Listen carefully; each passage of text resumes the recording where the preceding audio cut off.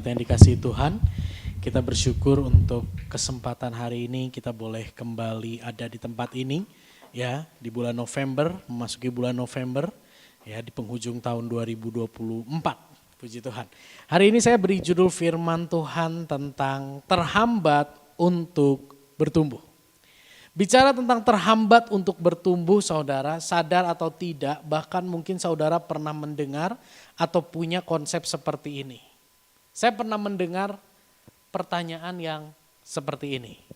Ya, bagaimana saya bisa bertumbuh kalau lingkungan saya tidak berubah? Bagaimana aku bisa bertumbuh kalau lingkunganku gini-gini terus? Bagaimana aku bisa bertumbuh kalau pasanganku berperilaku, anakku berperilaku seperti ini? Itu membuat aku tidak bertumbuh. Dan kita merasa perlakuan lingkungan terhadap kita itu merupakan hambatan untuk kita mengalami pertumbuhan dalam Kristus. Saudara, jika kita berpikir demikian, sesungguhnya pertumbuhan kerohanian kita itu sangat bergantung bagaimana orang sekitar kita memperlakukan kita. Kalau kita berpikir seperti ini, itu sangat menunjukkan bahwa pertumbuhan kerohanian kita itu bergantung dengan orang-orang yang ada di sekitar kita. Akhirnya apa yang terjadi? Ketika kita tidak bertumbuh secara rohani, kita akan menyalahkan lingkungan kita atas ketidakbertumbuhan kita. Yes, saya tidak menyangkal bahwa pergaulan yang buruk itu akan merusak kebiasaan yang baik. Betul. Komunitas itu bisa merusak kehidupan kerohanian kita. Yes. Tapi jangan sampai kita dibutakan bahwa ada kalanya Tuhan memang izinkan kita ada di dalam satu lingkungan yang begitu menyulitkan kita dengan sebuah tujuan supaya kita bisa melewati kondisi itu dan kita bisa mengalami pertumbuhan. Saya percaya kita semua di sini ketika lahir kita nggak langsung bisa belajar jalan. Betul ya? Dan ketika kita belajar jalan ada kalanya kita terjatuh. Kita menangis, apa yang terjadi ketika kita terjatuh menangis dan orang tua kita mengalami trauma akhirnya gak kasih kita jalan lagi. Sampai sekarang kita bisa-bisa gak bisa jalan, betul? Jadi disadari atau tidak ada fase-fase kondisi-kondisi di mana kita gak suka sebetulnya. Tapi memang itu harus dihadapi guna mendatangkan pertumbuhan bagi kita. Nah saudara, bicara tentang pertumbuhan di dalam Kristus, tema kita tahun ini adalah growth, bertumbuh. Efesus 4 ayat yang ke-15, kita baca sama-sama ayat ini 1, 2, 3. Tetapi dengan teguh berpegang kepada kebenaran di dalam kasih, kita bertumbuh di dalam segala hal ke arah Dia, Kristus yang adalah kepala. Saudara, jadi bicara tentang pertumbuhan di dalam Kristus, ini bicara tentang perjalanan kehidupan kita di mana kita semakin hari semakin serupa dengan Yesus Sang Penebus kita. Semakin hari semakin serupa dengan apa yang penebus kita inginkan ada di dalam kehidupan kita. Paulus pernah bilang gini, di dalam Kristus hidupku bukannya aku lagi, tapi Kristus di dalam aku. Artinya apa? Paulus menyadari aku sudah dibeli, aku sudah ditebus dan sudah seharusnya. Katakan seharusnya. Sudah seharusnya hidupku itu menggambarkan penebusku di dalam kehidupanku. Saudara, saya mau kasih gambaran ini. Sadarilah di dalam kehidupan kita, itu ada 5 fase kehidupan. Di hadapan Allah itu kita punya 5 fase kehidupan. Yang pertama kita diciptakan. Betul ya? Kita diciptakan, lalu setelah manusia diciptakan manusia terjatuh ke dalam dosa. Tapi ketika manusia jatuh ke dalam dosa di situ ada hal yang begitu indah. Harusnya manusia dimurkai, namun Yesus berkorban menggantikan manusia menjalani murka Allah. Pengorbanan Yesus. Itu sudah kita terima. Yang keempat ada fase pengudusan dan yang kelima ada fase kemuliaan. Saudara, ketika kita jatuh dalam dosa, kita itu bobrok, kita itu kotor, kita itu tidak layak, kita itu bau, kita itu busuk. Tapi sekalipun kondisi kita demikian, namun Yesus rela berkorban, Yesus rela membeli kita yang busuk, Yesus rela membeli kita yang kotor itu, dengan harga yang sangat mahal yaitu pengorbanannya di atas kayu salib. Dan apa yang terjadi saudara, ini yang seringkali kita lupa dan kita kurang mau merenungkan hal ini. Setelah kita dibeli oleh dia, setelah kita menjadi miliknya, kita masuk dalam fase kehidupan yang dinamakan dengan pengudusan. Di slide saya tuliskan, pengudusan itu tidak bertujuan untuk melayakan kita menjadi anak Allah. Saya ulangi, pengudusan itu bukan bertujuan, tidak bertujuan untuk melayakan Yusak menjadi anak Allah. Yusak layak menjadi anak Allah karena Yesus sudah berkorban buat Yusak.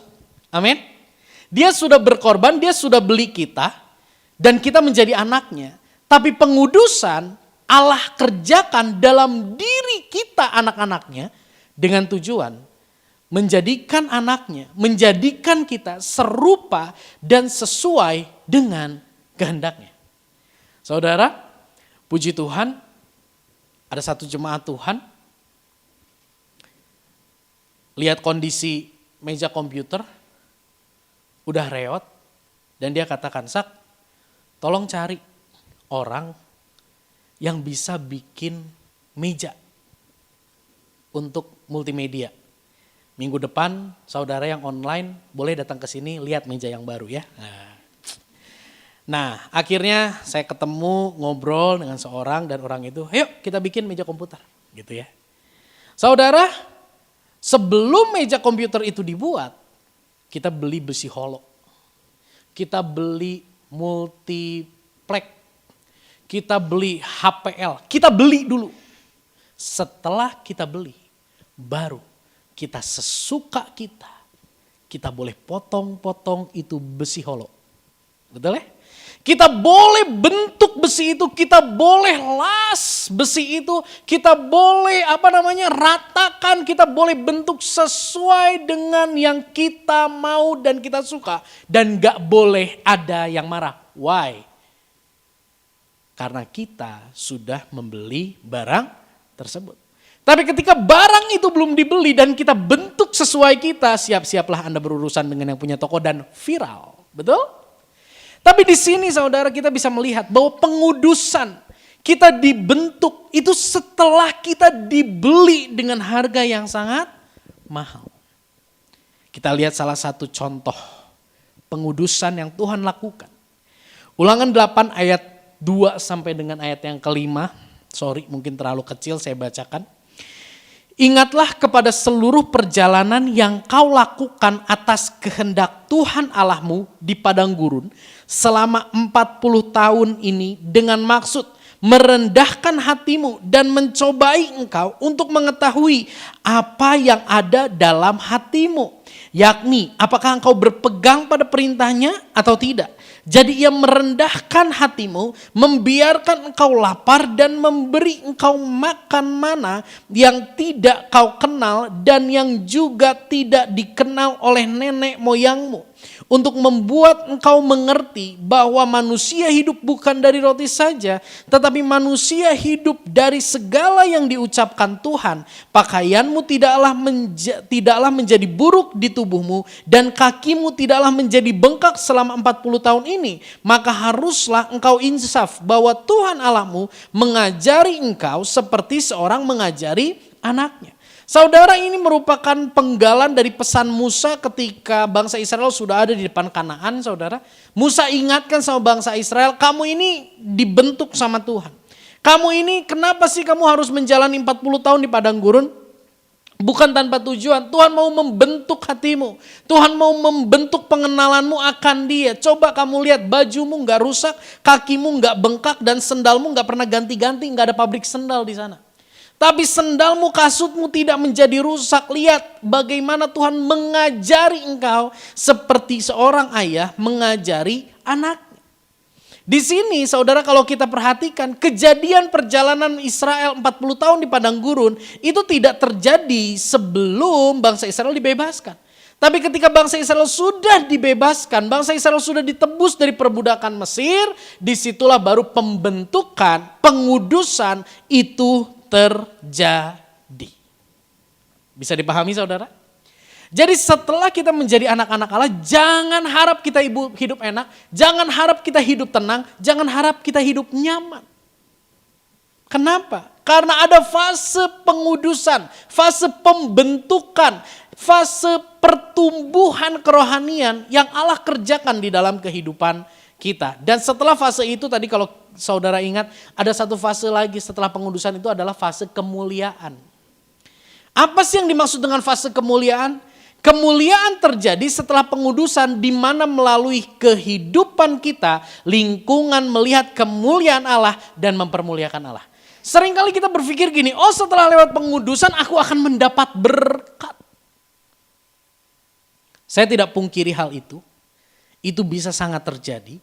Tapi ketahuilah, yang pasti terjadi setelah pengudusan adalah kehidupan kita akan semakin serupa seperti Kristus hidup dan lingkungan boleh melihat Kristus di dalam kehidupan kita. Lingkungan boleh melihat kemuliaan Kristus lewat kehidupan kita. Dan di sini saya tulis, paling tidak saudara ada 4 hal. Sarana pengudusan, sarana pembentukan yang Allah gunakan di dalam hidup kita untuk membentuk kita semakin hari semakin serupa dengan Kristus. Yang pertama adalah keluarga. Yang kedua adalah gereja dan di dalamnya ada pelayanan. Dan yang ketiga adalah marketplace, lingkungan kerja, lingkungan sekolah, lingkungan rutinitas aktivitas kita sehari-hari. Dan yang terakhir ada pergumulan. 4 hal ini yang seringkali menjadi keluhan kita di pertanyaan yang pertama bukan. Kalau keluargaku gak berubah gimana aku bisa bertumbuh? Kalau gembalaku tidak berubah bagaimana aku bisa bertumbuh? Kalau lingkungan gerejaku seperti ini bagaimana aku bisa bertumbuh? Kalau lingkungan kerjaku seperti ini bagaimana aku bisa bertumbuh? Kalau hidupku penuh pergumulan seperti ini bagaimana aku bisa bertumbuh? Saya mau katakan justru Tuhan pakai yang aneh-aneh itu ada di dalam kehidupan kita untuk mengasah kita, memberikan kita sebuah arena untuk kita bisa bertumbuh. Kita akan belajar saudara, hari ini kita akan belajar sarana pengudusan, sarana pertumbuhan yang Allah kerjakan lewat keluarga. Di dalam Alkitab paling tidak ada 3 contoh. Orang-orang yang dibentuk oleh Tuhan lewat keluarga. Contoh yang pertama adalah Yusuf. Kejadian 37 ayat yang ke-11 firman Tuhan berkata, maka iri hatilah saudara-saudaranya kepada Yusuf, tetapi ayah Yusuf menyimpan itu dalam hatinya. Saudara, Yusuf ini adalah seorang anak Yakub dan dia sangat dikasih oleh Yakub, namun dia dibenci oleh kakak-kakaknya. Kebencian kakak-kakaknya itu sampai titik di mana mereka kakak-kakaknya menjual Yusuf ke Mesir. Dan Yusuf menjalani kehidupan yang sangat menderita di Mesir saudara. Namun apa yang terjadi? Di kemudian hari justru Yusuflah yang Allah pakai untuk menyelamatkan keluarganya dari kelaparan. Yusuf, kakak-kakak Yusuf iri hati sama Yusuf. Sampai akhirnya Yusuf dijual. Apa respon Yusuf? Kita lihat ayat ini. Kita baca sama-sama ya. 1, 2, 3. Lalu kata Yusuf kepada saudara-saudaranya itu, kemarilah dekat-dekat, maka mendekatlah mereka. Katanya lagi, akulah Yusuf saudaramu yang kamu jual ke Mesir. Tetapi sekarang janganlah bersusah hati dan janganlah menyesali diri karena kamu menjual aku ke sini. Sebab untuk memelihara kehidupanlah Allah menyuruh aku mendahului kamu. Wow, Yusuf yang diperlakukan sangat kasar, Yusuf yang diperlakukan sangat tidak adil. Tapi di akhir perjalanan hidupnya Yusuf boleh menjadi seorang yang hatinya sangat besar, bermurah hati untuk menerima kakak-kakaknya. Lewat kebesaran hati Yusuf, kita bisa melihat dalam kisah Yusuf, keluarga yang begitu bobrok menjadi wadah untuk Yusuf bisa menunjukkan nyatanya kasih Allah yang begitu tulus. Amin. Hari ini kita seringkali terberkati oleh kisah Yusuf, betul? Bagaimana ketika dia dibuang justru dia menerima. Dia balas pembuangan itu dengan penerimaan. Dia balas umpatan kakak-kakaknya itu dengan kata-kata yang membangkitkan pengharapan. Saudara, lihat sini. Apa yang Yusuf alami, itu juga yang Yesus alami loh. Ia di sini adalah Pilatus. Pilatus memang mengetahui bahwa orang Farisi ahli Taurat menyerahkan Yesus karena dengki. Yesus ketika di dalam perjalanan pelayanannya, orang-orang ahli Taurat, orang Farisi iri sama dia, dengki sama dia, sampai akhirnya mereka menyalibkan Yesus. Ketika Yesus disalibkan, apa yang Yesus katakan? Ya Bapa, ampunilah mereka. Ampunilah orang-orang yang sudah mendengki terhadap aku, yang sudah menyalibkan aku, ampunilah mereka. Sebab mereka tidak tahu apa yang mereka perbuat dan mereka membuang undi untuk membagi pakaiannya. Saudara, kita bisa lihat di sini. Yusuf dijual oleh kakak-kakaknya, tapi dia menerima kakak-kakaknya dengan luar biasa. Yusuf dimaki, Yusuf direndahkan, tapi perkataan yang membangun yang dikeluarkan oleh Yusuf sebagai balasan terhadap kata-kata yang menyakitkan dari kakak-kakaknya. Dan itu juga yang dilakukan oleh Yesus, bukan? Lewat kehidupan Yusuf, kita bisa melihat Yesus. Amin? Saudara lihat hal ini. Penerimaan dan perkataan yang membangun dari Yusuf membawa keluarganya menikmati kasih Allah. Betul? Penerimaan dan perkataan yang membangun dari Yesus membawa kita manusia berdosa menikmati kasih Allah. Amin? Betul? Yang terakhir, adakah perenungan buat kita? Adakah penerimaan dan perkataan yang membangun terpancar dari kehidupan kita sehingga keluargamu menikmati kasih Allah? Dari mana anakmu bisa mengenal Yesus? Dari mana anakmu bisa mengenal kasih Allah? Orang tua, Anda dan saya dipercayakan anak dengan sebuah tujuan. Kita memperkenalkan Kristus, kasih Allah kepada anak-anak kita. Mari renungkan sama-sama. Adakah penerimaan di tengah keluarga kita? Ketika kita disakiti, adakah penerimaan? Adakah perkataan yang membangun terpancar? Kapan perkataan yang membangun itu terakhir keluar dari mulut kita? Atau hanya umpatan, marah, merendahkan, kata-kata yang kasar yang keluar dari mulut kita. Jika Yusuf menjadikan perlakuan buruk saudaranya sebagai arena untuk mempertontonkan Kristus, bagaimana hari ini kita memandang perlakuan buruk lingkungan kita? Apakah hari ini kita memandang perlakuan buruk lingkungan keluarga kita itu sebagai hambatan untuk kita bertumbuh? Atau seperti Yusuf, kita memandang perlakuan buruk keluarga ini sebagai arena untuk kita menunjukkan ketulusan kasih Allah, penerimaan yang begitu indah bagi keluarga kita. Contoh yang kedua adalah Hosea. Ada Bapak Ibu ya, tokoh namanya Hosea. Saya mau cerita dikit. Hosea ini ngeri-ngeri sedap saudara ya. Hosea ini menikah dengan seorang perempuan sundal. Dan di dalam pernikahannya dengan perempuan sundal itu, perempuan itu tidak berubah dan perempuan itu sangat menyakiti hati Hosea. Hosea begitu setia, tapi perempuan ini sangat tidak setia. Tahukah saudara? Di dalam Hosea 2 ayat 18 sampai 19, Tuhan berkata gini, "Aku menjadikan engkau istriku untuk selama-lamanya. Dan aku akan menjadikan engkau istriku dalam keadilan dan kebenaran. Dalam kasih setia dan kasih sayang, aku akan menjadikan engkau istriku dalam kesetiaan sehingga engkau akan mengenal Tuhan." Saya mau sedikit cerita tentang Hosea.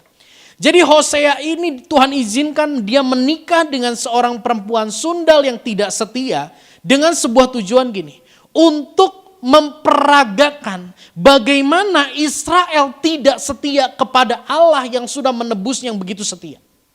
Jadi Hosea itu menggambarkan Allah dan istrinya yang tidak setia itu menggambarkan orang Israel dan kita semua orang berdosa yang cuman bisa janji, yang cuman datang sama dia kalau ada maunya doang.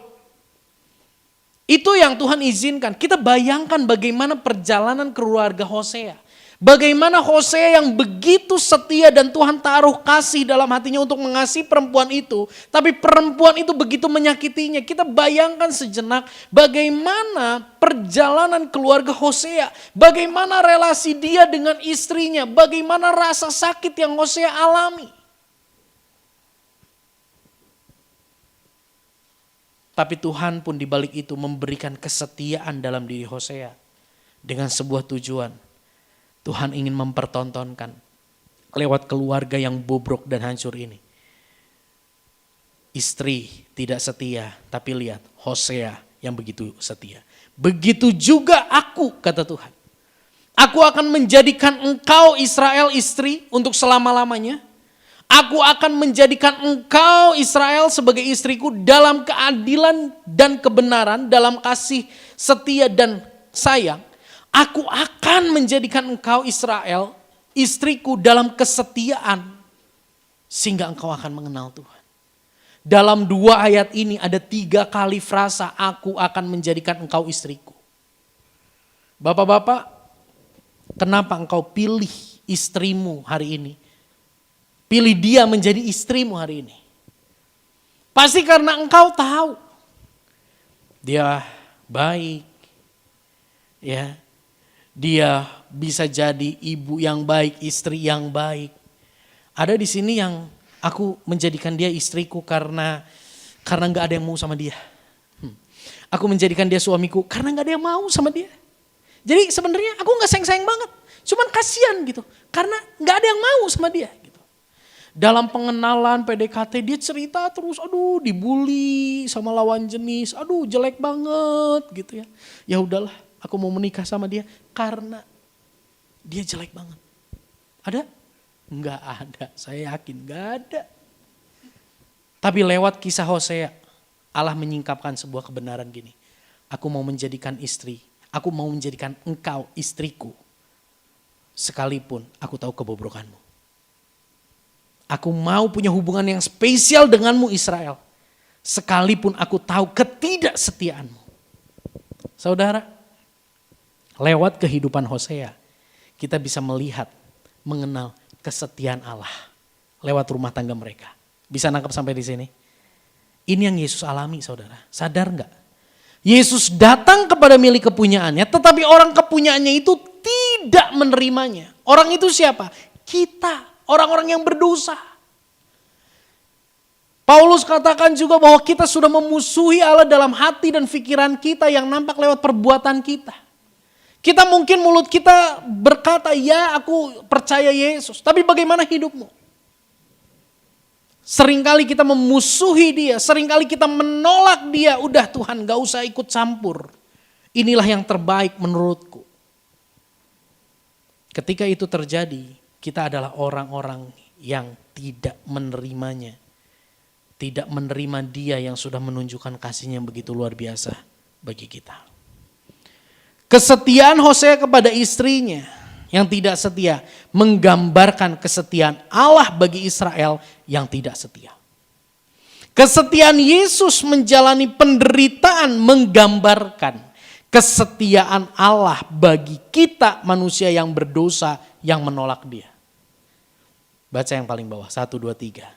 Adakah kesetiaan kita terhadap pasangan yang begitu menjengkelkan sehingga ia dapat menikmati kesetiaan Yesus?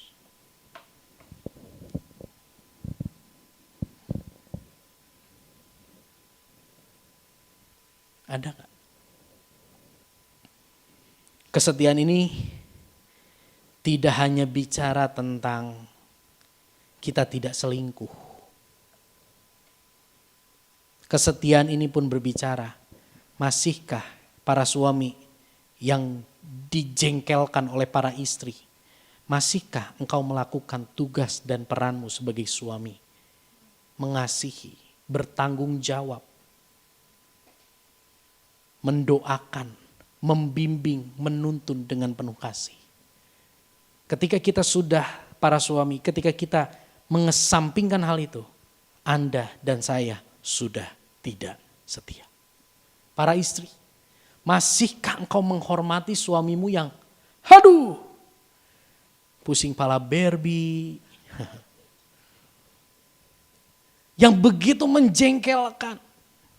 Ketika suami menjengkelkan, istri tetap menghormati, istri tetap menghargai, istri tetap mengeluarkan perkataan yang membangun. Kalau perkataan yang menjatuhkan itu kan perepet jengkol, ya. perkataan yang membangun perepet permata. Permatanya indah. J15 itu ada tukang bakso, mantap. Kok jadi promosi? Boleh ya, di Grab ada, boleh ya. Nanti dikasih komen yang wow gitu ya. Nah, masihkah para istri, para suami kita setia? Bukan hanya sekedar tidak selingkuh, tapi kita setia tetap menjalankan peran kita sekalipun pasangan kita tidak menjalankan perannya dengan baik. Mungkin itu sangat meletihkan. Tapi tahu enggak, ketika kita setia menjalankan peran kita terhadap pasangan dan keluarga kita yang begitu menjengkelkan, saya mau katakan, kita sedang menjalani proses pengudusan di mana satu saat nanti mungkin anak kita, mungkin tetangga kita akan melihat Kristus lewat kehidupan kita. Bagaimana hari ini kita meresponi ketidaksetiaan lingkungan terhadap kita? Lu gak setia, udah gue juga gak setia.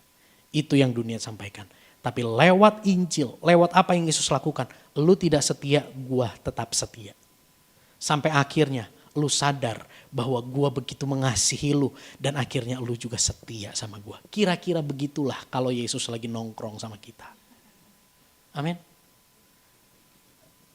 Contoh keluarga yang ketiga adalah Abigail. Ini sangat menarik. Yusuf bergesekan dengan saudaranya. Hosea ditindas oleh istrinya. Abigail ini ditindas oleh suaminya. Kita baca ya. 1 Samuel 25 ayat yang ketiga, firman Tuhan berkata, nama orang itu Nabal dan nama istrinya Abigail. Perempuan itu bijak dan cantik. Tetapi laki-laki itu apa? Kasar dan jahat kelakuannya. Ia seorang keturunan Kaleb. Sampai di situ dulu. Jadi Abigail ini nanti setelah ini kita lihat cantiknya Abigail ya. Dia begitu bijaksana dan cantik saudara. Sedangkan dia boga salaki, dia punya suami yang begitu kasar dan jahat kelakuannya.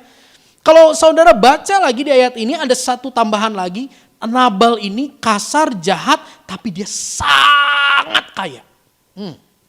Bayangin deh, udah kasar, jahat, terus kaya. Apa yang terjadi saudara di dalam rumah tangga Abigail? Kita bisa bayangkan. Laki-laki kalau udah disebut kasar, jahat, punya kekayaan, udah sempurna dah. Ya, itu istri udah gak bisa apa-apa, udah kekurung. Wah udah digebugin, udah direndahin dengan luar biasa. Satu kali Nabal ini karena dia kaya, dia mengadakan pesta pengguntingan bulu domba. Dan di dalam budaya Israel, pesta pengguntingan bulu domba itu ketika hari raya itu mungkin kayak kalau sekarang itu kayak Natal atau Lebaran atau kayak pas tahun baru Imlek gitu ya. Kita suka lihat orang tahun baru Imlek itu di kelenteng itu bagi-bagi angpau kepada banyak orang. Sama hari raya pengguntingan bulu domba ini itu banyak orang-orang kaya yang membagi-bagikan kekayaannya buat orang-orang yang merantau. Saat itu Daud itu adalah orang yang merantau. Daud katakan gini kepada pengikutnya, coba kamu pergi ke Nabal, katakan mintalah sedikit hartanya untuk kehidupan kita. Berapa bulan lalu ini pernah dibahas di tempat ini juga Abigail. Tapi apa yang terjadi? Nabal menolak, bahkan Nabal merendahkan Daud. Pengikut Daud pulang ke tempat Daud dan cerita sama Daud, kita direndahkan. Akhirnya apa yang terjadi? Daud marah.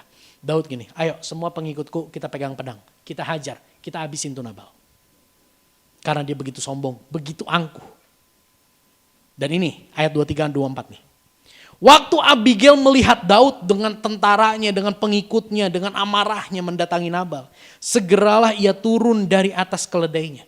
Lalu Abigail sujud menyembah di depan Daud dengan mukanya sampai ke tanah. Merendahkan diri, memohon kepada Daud. Apa yang Abigail katakan? Aku sajalah yang tuanku. Aku sajalah ya tuanku yang menanggung kesalahan siapa? Salakina. Izinkanlah hambamu ini bicara kepadamu dan dengarkanlah perkataan hambamu ini dan seterusnya. Kita bisa melihat Nabal begitu jahat, begitu arogan, begitu kasar. Sama orang lain aja begitu, apalagi di rumahnya saudara. Tapi orang yang di rumahnya yang menjadi sasaran kekerasan, sasaran amukannya, namanya Abigail ini. Justru dia mendatangi Daud dan memohon tolong ampuni yang jahat itu. Tolong jangan siksa dia, biarlah aku saja yang menanggung. Wih. Mau lihat cantiknya Abigail? Saya nggak tahu ini Ibu Gembala dapat foto dari mana. Dan saya juga nggak tahu bener nggak ini Abigail ya. Ya pokoknya Alkitab menulis cantik dan bijak gitu ya. Abigail yang telah terluka oleh Nabal mendatangi Daud untuk apa? Untuk mengorbankan dirinya. Agar Nabal yang jahat terbebas dari murka Daud. Wow. Sekali lagi ya. Abigail ini bukan istri yang disayang sama Nabal. Abigail ini bukan punya suami yang baik-baik gitu ya. Royal, loyal, setia terhadap istri yang enggak. Abigail telah terluka oleh Nabal. Tapi dia mendatangi Daud untuk mengorbankan dirinya. Ya sih, memang setelah Abigail datang sama Daud, hati Daud luluh dan Daud katakan, oke, kita gak jadi bantai Nabal. Tapi bayangkan, kalau Daud berkata gini, ya aku hajar kamu sebagai ganti suamimu. Apa yang terjadi? Abigail gak bisa apa-apa. Habislah Abigail di situ. Abigail rela habis hidupnya. Supaya Nabal terbebas dari murka Daud. Saudara lihat Yesus lewat kehidupan Abigail. Yang tersakiti namun rela mengorbankan diri. Ini yang Yesus lakukan. Sebab imam besar yang demikianlah yang kita perlukan. Yaitu imam besar yang saleh tanpa salah, tanpa noda, yang terpisah dari orang-orang berdosa dan lebih tinggi dari tingkat-tingkat sorga. Yang tidak seperti imam-imam besar lain yang setiap hari harus mempersembahkan korban untuk dirinya, untuk dosanya sendiri. Dan sesudah itu barulah untuk dosa umatnya. Sebab hal itu telah dilakukan oleh Yesus satu kali untuk selama-lamanya. Ketika Yesus mempersembahkan dirinya sendiri sebagai korban. Dalam kisah Abigail, Nabal dan Daud, Nabal itu menggambarkan kita semua orang-orang yang berdosa, orang-orang yang arogan, orang-orang yang begitu sombong, menolak untuk dituntun, dipimpin oleh Tuhan. Daud menggambarkan Tuhan yang begitu kudus. Dan Abigail menggambarkan siapa? Abigail menggambarkan siapa? Halo? Abigail menggambarkan siapa? Menggambarkan Yesus, bukan menggambarkan istriku yang cantik. Abigail dalam kisah itu menggambarkan Yesus. Yesus yang rela menjadi pengantara antara kita yang berdosa dengan Allah yang kudus. Yesus yang tidak berdosa, dia datang kepada Allah. Jangan timpakan murkamu kepada Yusak. Timpakan murkamu kepadaku. Perjalanan hidup keluarga Abigail sangat menyakitkan. Tapi justru hari ini kita bisa melihat kasih Allah Yesus lewat kehidupan Abigail. Yesus Kristus telah mengorbankan dirinya untuk menggantikan kita menanggung murka Allah karena keberdosaan kita sehingga kita dapat terbebas dari murka Allah. Amin, saudara.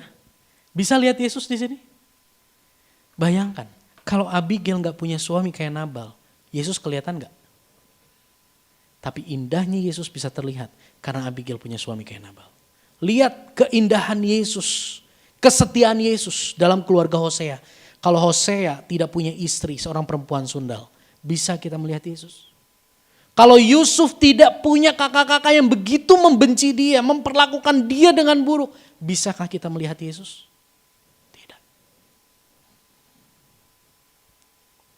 Lewat ini kita belajar. Buruknya perlakuan lingkungan terhadap kita. Itu adalah cara Tuhan yang Tuhan izinkan. Untuk membuat kita semakin kudus dan mempertontonkan Kristus buat orang-orang di sekitar kita. Abigail ketika dia datang sama Daud. dia membawa perkataan yang penuh dengan kerendahan hati. Abigail ketika datang sama Daud, dia memohon, Daud jangan timpakan murkamu terhadap Nabal suamiku sekalipun dia jahat. Ini juga yang Yesus lakukan loh. Yesus berdoa, aku tidak meminta supaya engkau mengambil mereka dari dunia, tetapi supaya engkau melindungi mereka daripada yang jahat.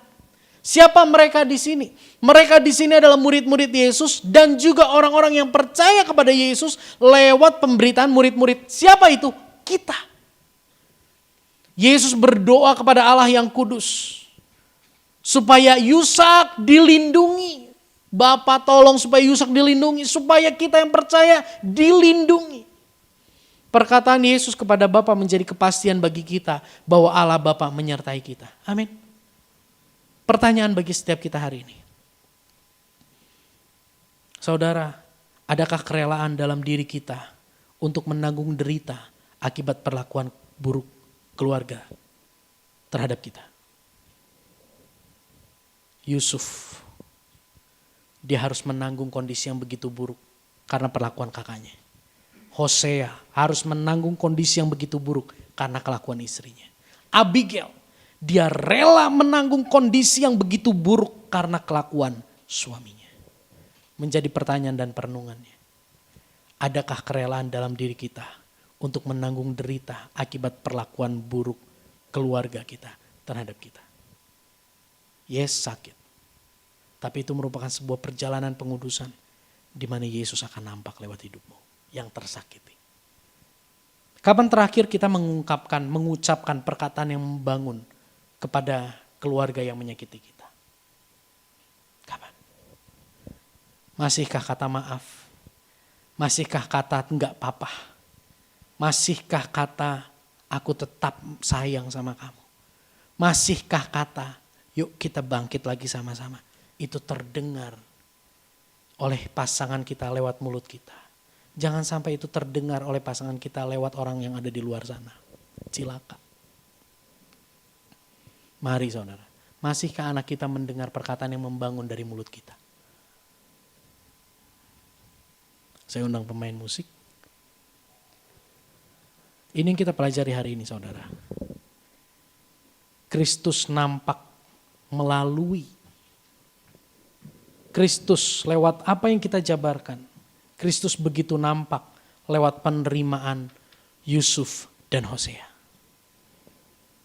Kristus begitu nampak bagi kita sore ini lewat kesetiaan Hosea. Kristus begitu nampak hari ini lewat kerelaan menderita yang ada di dalam hati Abigail. Kristus nampak hari ini lewat perkataan yang membangun yang keluar dari mulut Yusuf dan dari mulut Abigail. Kristus nampak buat kita hari ini. Amin. Saudara, kemarin di Komsel kita sempat bahas hal ini. Sukacita dalam Kristus bukan hanya ketika kita menikmati apa yang kita ingini. Tapi sukacita dalam Kristus juga kita bisa alami ketika kita diizinkan oleh Yesus untuk melewati, mengalami sedikit yang pernah Yesus alami dalam karya penyelamatannya. Saudara, khotbahnya belum selesai. Karena kalau selesai di sini, kita hanya mendapat tuntutan harus menerima pasangan kita. Betul? Kalau khotbahnya hanya selesai di sini, kita hanya dituntut untuk melakukan ini. Kita dituntut untuk menerima, kita tuntut untuk setia, kita tuntut untuk rela menderita, kita dituntut untuk memperkatakan yang membangun. Aduh Tuhan, gak kuat, hatiku sakit. Maka dari itu, khotbahnya belum selesai. Tujuan utama khotbah hari ini bukanlah untuk memaksa kita melakukan 4 hal yang ada di atas. Tapi tujuan utama khotbah hari ini adalah untuk menyadarkan Anda dan saya bahwa kita sudah menikmati 4 hal tersebut dengan berlimpah. Anda dan saya di dalam Kristus sudah menikmati penerimaan yang luar biasa. Anda dan saya di dalam Kristus sudah menikmati pribadi yang begitu setia terhadap kita. Anda dan saya di dalam Kristus sudah menikmati kerelaan kebesaran hati Yesus yang mau menderita bagi kita. Dan di dalam Kristus Anda dan saya yang seharusnya mendapat perkataan kutuk karena kita selalu ingkar janji, kita selalu menyakiti Dia, kita harusnya mendapat makian. Tapi di dalam Kristus kita boleh mendengar, aku datang untuk orang berdosa. Amin. Di dalam Kristus kita boleh mendengar gini, marilah kepadaku kamu yang letih lesu dan berbeban berat. Di dalam Kristus kita boleh mendengar, ampunilah kesalahan mereka karena mereka tidak tahu apa yang mereka perbuat. Di dalam Kristus kita bisa mendengar, barang siapa yang percaya kepada Kristus diberinya kuasa untuk menjadi anak-anak Allah. Ini poin yang paling penting di khotbah ini, saudara. Kita gak akan pernah bisa menerima pasangan kita kalau kita tidak sadar bahwa kita sudah diterima oleh Kristus dengan sempurna. Kita gak bisa setia sama pasangan kita kalau kita tidak pernah menyadari bahwa Yesus sudah begitu setia menjalani perjalanan yang sulit untuk memerdekakan kita. Kita gak pernah bisa punya kerelaan hati untuk menderita kalau kita tidak menyadari Kristus sudah terlebih dahulu menderita. Kita tidak pernah bisa mengeluarkan perkataan yang membangun kalau kita tidak pernah sadar bahwa firman Tuhan, perkataan Yesus itu membangun pengharapanku. Mari saudara, sadari hal ini. Karena Injil, karena hal ini, hati kita yang terluka akibat penolakan, hati kita yang terluka akibat ketidaksetiaan, terluka akibat keegoisan, terluka akibat hujatan, dapat dipulihkan dan dipuaskan. Wow, dipuaskan dengan penerimaan yang Yesus lakukan, dipuaskan dengan kesetiaan yang Yesus telah nyatakan, dipuaskan dengan kerelaan pengorbanan yang telah Yesus kerjakan, dipuaskan dengan perkataan yang manis yang Yesus utarakan bagi kita di atas kayu salib. Seringkali kita terbuai oleh kata-kata manusia ya. Dan akhirnya kita kecewa. Tahu gak perkataan yang termanis itu keluar dari mulut siapa? Dari mulut Yesus. Aku mengasihimu. Aku sayang kamu. Aku sekali-kali tidak meninggalkanmu. Engkau anakku. Kita lihat beberapa kisah. Orang-orang yang dalam keterpurukan, buta, lumpuh, kusta. Mereka tidak mendapat perkataan baik dari mana-mana. Tapi ketika berjumpa Yesus, Yesus bilang gini, angkat tilammu dan berjalanlah. Ketika berjumpa dengan orang kusta, Yesus bilang gini, ngadep imam, di jalan sembuh. Orang buta, disentuh, melihat. Jadi hari ini saya mau katakan, jangan terbuai oleh perkataan manusia. Karena itu bisa mengecewakan. Perkataan yang termanis adalah keluar dari mulut Yesus. Mari saudara, kita terus renungkan apa yang sudah Yesus lakukan. Karena itu sanggup memulihkan hati kita dan memuaskan kita. Akan penerimaan, kesetiaan, kerelaan Dia berkorban bagi kita. Dan perkataan yang begitu manis, begitu memberkati kita. Lewat hal itu, kita bisa menerima pasangan kita. Kita bisa setia sekalipun tersakiti. Kita bisa punya kasih sampai titik kita rela berkorban buat orang yang menyakiti kita.